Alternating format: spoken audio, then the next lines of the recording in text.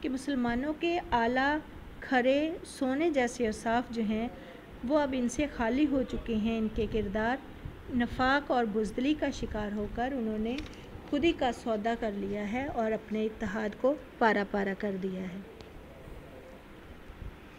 اس کا 5واں شعر ہے، جو نغمہ زن تھے خلوت اوراق میں طیور، رخصت ہوئے ہیں تیرے شجر سایہ دار سے۔ یعنی چوتھے شعر میں وہ کیا کہہ رہے ہیں کہ نغمہ زن یعنی گیت گانے والے پرندے، طیور پرندے خلوت تنہائی میں، علیحدگی میں، شجر سایہ دار درخت سے۔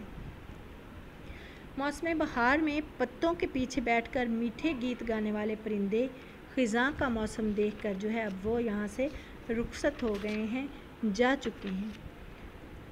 علامہ اقبال جو ہیں وہ موسم بہار میں ہر طرف پھول اور پرندے جو نظر آتے تھے انہی کے بارے میں بتا رہے ہیں کہ اب وہ پرندے جو ہے وہ جو چھپ کر پتوں کی اوٹ میں خدا کی تسبیح کرتے تھے، میٹھی آواز میں گانے گاتے تھے، جو ہی خزاں کا موسم آئے گا تو وہ خوشگلو پرندے جو ہیں وہ کوچ کر جاتے ہیں اور ہر طرف ویرانی اور خزاں کا راج جو ہے وہ طاری ہو جاتا ہے۔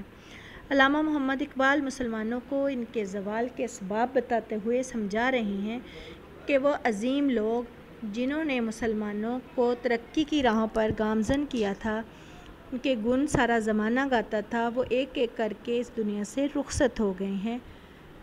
اور علامہ اقبال نے ان اعلیٰ خصوصیات کے لوگوں کو خوشگلو پرندوں سے تشبیہ دی ہے، جیسا کہ صلاح الدین ایوبی، محمد بن قاسم، ٹیپو سلطان اور سر سید احمد خان، مولانا محمد علی جوہر، مولانا محمد علی جناح جیسے عظیم لوگ جو انہوں نے ملت اسلامیہ کو عروج بخشا تھا، وہ سب ایک ایک کر کے اس دنیا سے رخصت ہو گئے ہیں۔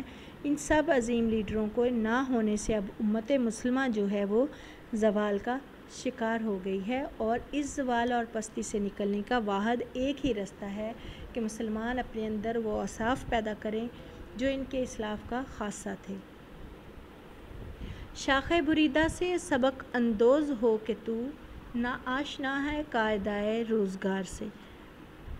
شاخ بریدہ کٹی ہوئی ٹہنی، نہ آشنا، نہ واقف، انجان، سبق اندوز ہونا، سبق حاصل کرنا، قاعدۂ روزگار زمانے کا اصول۔ اس کا مفہوم کچھ یوں ہوگا کہ تجھے کٹی ہوئی شاخ سے سبق حاصل کرنا چاہیے، افسوس کہ تو زمانے کے اصولوں سے ناواقف ہے۔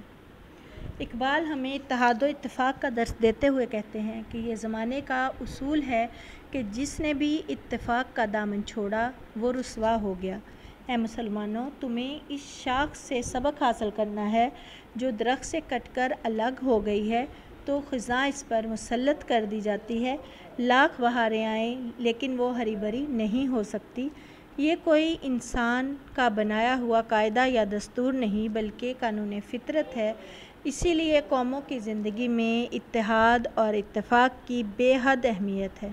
اتحاد ہی وہ طاقت ہے جس سے کامیابی کی منزلیں جو ہیں وہ طے کی جا سکتی ہیں۔ تو ہمیں اس کٹی ہوئی شاخ سے ضرور سبق سیکھنا چاہیے، اور دراصل تمام مسلمان مل کر جو ملت اسلامیہ کا شجر بناتے ہیں، اگر تمام ملک اتفاق سے رہیں تو ملت اسلامیہ پر بہار آئے گی۔ تاریخ گواہ ہے کہ مسلمانوں نے جب بھی اتحاد و اتفاق سے باطل قوتوں کا مقابلہ کیا تو پوری دنیا میں کامیابی ان کا مقدر بنی۔ ملت کے ساتھ رابطہ استوار رکھ، پیوستہ رہ شجر سے امید بہار رکھ۔ شعر نمبر 6 اس نظم کا آخری شعر۔ جی ہاں، اس میں استوار سے معنی ہے، مراد ہے مضبوط اور جو ہے قوی، رابطہ، تعلق، پیوستہ رہنا، جڑے رہنا۔ مفہوم اس شعر کا ہوگا کہ مسلمان قوم ایک درخت کی مانند ہے، اس سے جڑے رہ کر ہی بہار سے فائدہ اٹھانے کی امید جو ہے وہ کی جا سکتی ہے۔ تو اس کی تشریح ہم کچھ یوں کریں گے کہ اے مسلمانوں، شجر اسلام کے ساتھ جڑے رہو اور بہار کی امید ہمیشہ قائم رکھو، نا امیدی اور مایوسی کو اپنے قریب بھی نہ آنے دو۔ نتیجے میں اسلام کا تناور درخت جو ہے وہ پھلوں سے لد جائے گا، بھر جائے گا، یہ باغ کی صورت اختیار کر جائے گا، اور ان پھلوں کے اندر بیجوں سے نئے پودے اگیں گے، پھر چمن عالم میں صرف دین اسلام ہی رہ جائے گا۔